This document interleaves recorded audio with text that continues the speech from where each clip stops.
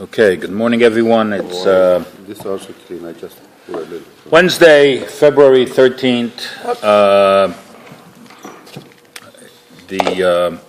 We're in the middle of Parshas Truma. Truma is talking about the construction of the base of the Mishkan, which is the forerunner of the actual Beis HaMikdash. So we had a Mishkan while the Jews were in the desert for 40 years. Then we came into the land of Israel and we built the Holy Temple, the Beis HaMikdash. We had the first one for 410 years, and then there was a 70-year gap, and then the second one was up for 420 years. Before that was a Mishkan Shiur, right? Before that was the Mishkan Shiur, correct. Right. So the Mishkan that was in the Midbar, they carried to Shiur? Yes. So for how long that Mishkan Shiur? stayed? I don't know. I really don't know. Maybe Alan will remember because you're old enough to remember. I'm not even young. 2 months, man. Yeah? Oh, that's right. I forgot about that. So you weren't in the desert? When you left the desert and you went into Israel? Look, just because I got 25% Safar than me doesn't mean that... But by the way, I'm sorry to interrupting you, but this is important. From the Mishkan they had in Shiloh took like 1,000 years till David HaMelech built it. No. How long was after from David till Yeshua? From Yeshua to David, you mean? Yeah. I don't think they had Beit HaMikdash right away. It lasted about 600 years. 600 years? Yeah. Oh, all right. There's your answer.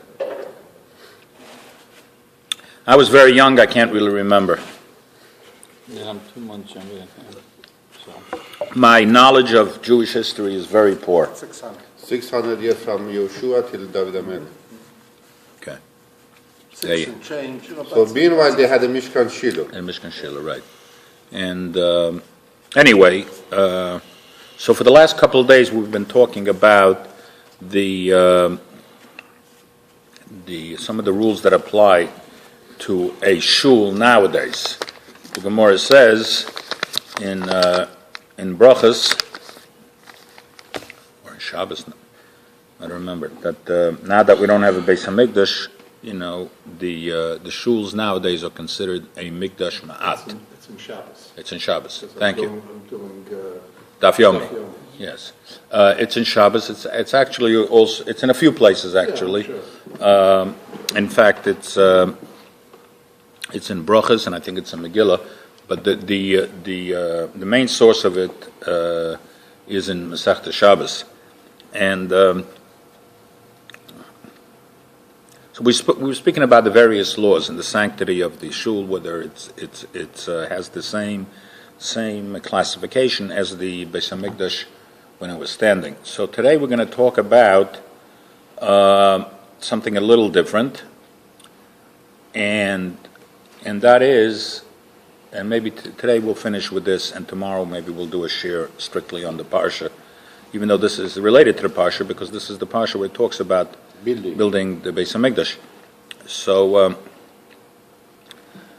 we go into different shuls throughout the world, and everybody has a different nusach. Nusach Sfard, nusach Ashkenaz, nusach Ari. Sephardi. So here's a question.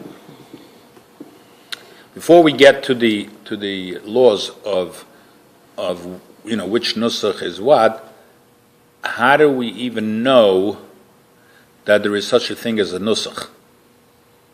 Where did this whole idea, this whole concept, that you have to have a orderly, what is this called? Siddur. What does siddur mean? Mesader. What does it mean? Order. Yeah. So how do we know that davening has to have an order? Maybe you can just randomly daven and say prayers. You want to pray for this. Everybody has a different thing they want to pray for. Everybody has their own needs, their own wants, their own desires. Why is the Siddur, Okay, so we're going to talk about that today. Okay, and there's a very interesting Gemara in Masechta Brachas. It's Daf Chof Ches, and it says as follows. It talks about the davening, and as I said yesterday, and I've said many times before, when we talk about davening, what are we talking about? Shemona Esrei. Shemona Esrei. What Shemona Esrei mean? 18 brachot. 18 brachas. How many brachas are there in Shemona Esrei? 19. There are 19. What happened? added one about destroying the enemies and stuff. Right, like that. right. As Ari Actually, says, the truth is, it's one for good luck. there's one for good luck. Okay? Had a lot of those growing up. So here's the Gemara. The Gemara says, I actually haven't reviewed this in a while. I was going to do it this morning, but somebody held me up telling me stories about Iran, which was very interesting. So it's worthwhile for everybody to buy a Art Scroll Gemara Brachas. The Gemara Brachas, although it only has 64 pages, I think. Let me check. 64 pages. Well, actually 63 because it starts with page 2 with Dav Beis. So even though it only has 63 pages, while there are Gemaras such as Baba Basra, which has 186, so which do you think is the largest Masechta tractate in Shas? You would say Baba Basra. The answer is it's Brachas. It's the largest Masechta in Shas. Not in pages, but in words. Because if you take a look at the pages in Brachas, you'll notice how wide it is, as opposed to narrow.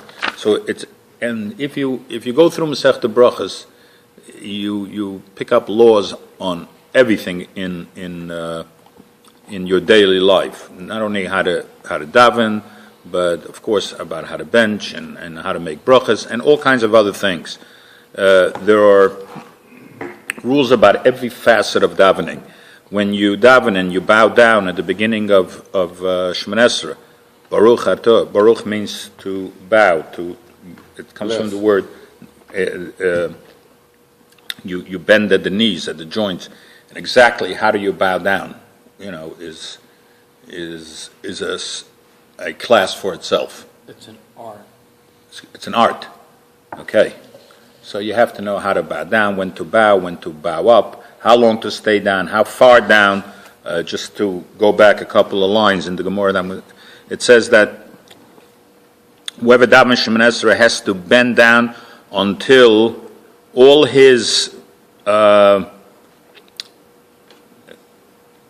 not sure the exact. You have the spine has ridges or whatever, until every one of those shall protrude. In other words, you really have to go all the way down if you're well enough that you can do it. Actually, some people, Mendy, when you watch them do Shemon Esrei and they bow, they go like this.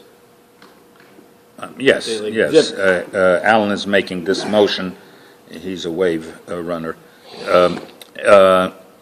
But some people say it's enough to go like this, just to go, to bow your head. So anyway, that's not the subject for today. And since we have but 8 minutes left, let me get to the main thing. Maybe instead of 7:40, we should start in the morning 6:40. We'll get here by. We're going to do it in Ari's house. Yeah, well, it's getting up. Why don't we just do it at Bubby's? Anyway, actually, I got up late today. I couldn't have made it for 6:40. So Tana Rabbanim, the Rabbanim learned Shimon Hapakuli, his dear Yudches Brachas Lifneir B'Gamliel Ala Seder B'Yavna. Shimon Hapakuli. Here's something interesting.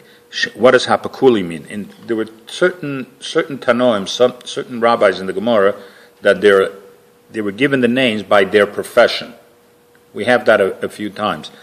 Shimon was called Shimon Hapakuli. Hapakuli means, and actually Rashi says, somebody who sells strands, shikorin, that we call kitun, which is very similar to the word cotton. He was a cotton picker, or a cotton seller, and from this the rabbis learn out that to have a profession, to work, is brings honor to one. Rather, somebody will say it's a menial job. Let's say you're a garbage collector.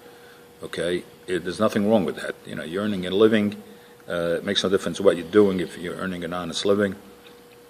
And Shimon was such a person, and he laid out the 18 brachas, Yudches brachas. Yudches is 18. He laid out the Shemoneh Esrei before Gamliel, and And Omer Lahem Gamliel said to everybody who was there, the entire audience, he says, does anybody know where to put in the 19th bracha, which is Vela Malshinim? Now, does anybody know? So, Omat Shmuel HaKatan, Shmuel, the little one, got up. Here again, trust me, I don't know if he was little because he was short, but he was not little in his knowledge and in his wisdom, and in his sitkas and in his righteousness, because your name could not go in the Gemara. They would not put your name in the Gemara unless you had the ability to resurrect somebody from the dead. So anybody who was on that level had it. His name was put into the Gemara. So his friends may have called him Shorty, but he was no small mind and small person as far as religious goes. He got up and he decided exactly where to put it in. Okay? Lashon Acheres, the following year, 1 year later, he got up to daven by the Yomid. He was the Shlich Tzibur, the Chazan, and he forgot. He himself forgot where it goes. And he stalled in the middle of Shemoneh Esrei, and for 2 or 3 hours. He was just standing there for 2 or 3 hours, and nobody said a word. The whole shul was quiet. They had clock those days? They didn't have clocks, but they had ways of telling time. Apparently they had a lot of it. They had ways. It's very easy to tell time. Yeah, sundial. Sundial could be a relatively easy way to tell time. Maybe not to the second, but within a few minutes. So he stood there for 2 or 3 hours, and nobody said anything. Now, can you picture that today? Can you picture me going up there and Mendy, get just down. standing there for 5 minutes? I'm saying Shemoneh Esrei for 5 minutes. I'm not saying a word. After about 3 minutes, Marvin Berman would go, no, and after 10 minutes, Chazan Wall would, the first 10 minutes, he figured maybe he's not hearing that well, but then 10 minutes later, he would get a little annoyed, and rightfully so. And after 20 minutes, what, Elliot? Okay. All right, but for 2 or 3 hours, it just goes to. Now there is a rule, by the way, that if in the old, we're talking about the days there was no siddur, and if a chazan, a shlich tzibur, made a mistake in a bracha, they removed him. They sent somebody else up. Now here's a guy who forgot how to daven, and he's up there. The person that was the original one who said where to insert it, and he stood up there for 2 or 3 hours. They didn't remove him.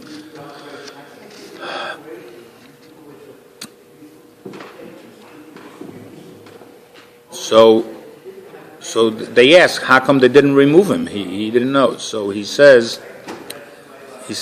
if you make a mistake in this bracha of the minim on these people, good morning. If you make a mistake at this point, you don't remove him because if you remove him, then people are going to say that this guy is a heretic, So they didn't remove him. Anyway, it goes on and on, but we're really going to be short on time. So the point that I want to make over here is that there is an order, and we have a nusach, and we have a nusach, and everything has its place. The Gemara in Megillah talks about the order. For example, here's something that I am sure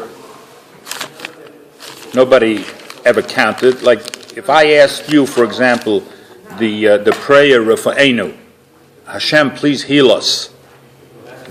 Which one of the 18 is it? What number? Like nobody ever paid any attention, but there is an order, and that happens to be the 8th one. And the reason is the 8th because every person that davens, talking about males, on the 8th day it's the first time they really want Hashem to help them to heal, because that's when they had the bris. So Rufa'enu is the 8th bracha. Now here's something else that's interesting. When we go to the 19th one, which is Vela Malshinim, there's something very interesting. We're never going to get to it, but we talk about we talk about the different nusach on and there's always a couple of words different between nusach Sfard and nusach Ashkenaz. In fact, one of the words which is inserted or left out, depending whether it's Sfard or Ashkenaz, is the word mehera. Mehera means quickly, and in certain places it says mehera or it doesn't say, depending on nusach Sfard in the blessings. But look at the bracha of V'la Malshinim. Listen to this: V'la Malshinim al Tzisikva, and to the slanderers let there be no hope. V'chol harisha karega tovaid, and may all their wickedness be instantly removed. So here we have a word of instant. V'chol havecho, and all your enemies mehera yikaresu. All your enemies get rid of mehera quickly. V'hazeidim, and also another word for the people who cause problems. Mehera sake, you should immediately destroy them. V'sachnia, and you should all kinds of words of the destruction you should do. B'mehera b'yameinu, quickly. Look how many times it says the word mehera. Did you ever notice that, Benny? 3 times it says the word mehera in there, and one time it says karega, instantly. And I once heard from someone that the reason we ask Hashem to instantly destroy them because their destruction can be instant. Never more true when they have these homicide bombers, that in an instant they can cause so much destruction. So we ask Hashem to instantly destroy them. Nevertheless, we see over here how important it is to have an order. Now, what's the right order? Sfard or Ashkenaz? So they're actually the Mogen Avram, which is the one of the master commentators on the Shulchan Aruch, says very, very clearly that there talks about the different ways of davening, and he says that you're not allowed to change whatever it is. If you come into a shul like this that they daven nusach Ashkenaz, you're not allowed to change it, and so on and so forth. He says that there are 12. Did you hear that? No, I'm saying it seriously. You want some? I'm saying it seriously. Yeah. Not change, Tom, the way you Yeah. normally would. No. That's not what Mendy's saying. Okay, so we'll talk about that in a minute. So there are 12. The cantor is going up there already. Anyway, fast forward quickly. The Chassam Sofer says that it really makes. There's no one nusach which is better than the other. He says they're all the same. They all lead to one place. You should just stick to your own nusach.